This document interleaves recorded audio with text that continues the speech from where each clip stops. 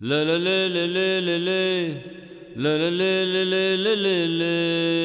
La la la la la la la. La la la la la la.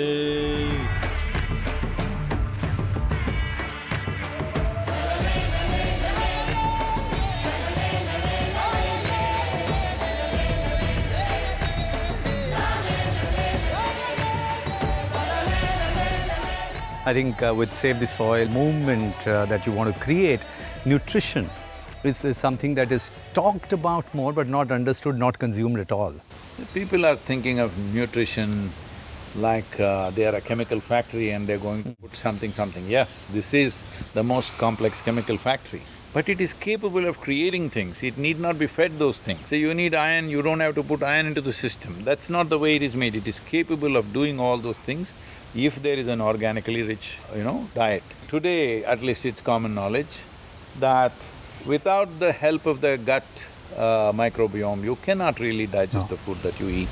That is true in your stomach because this is a reflection of what's happening in the soil. Your very evolution is a reflection of what's happening in the first 15 inches of the soil. But if that goes, this goes. Save soil, let us make it happen.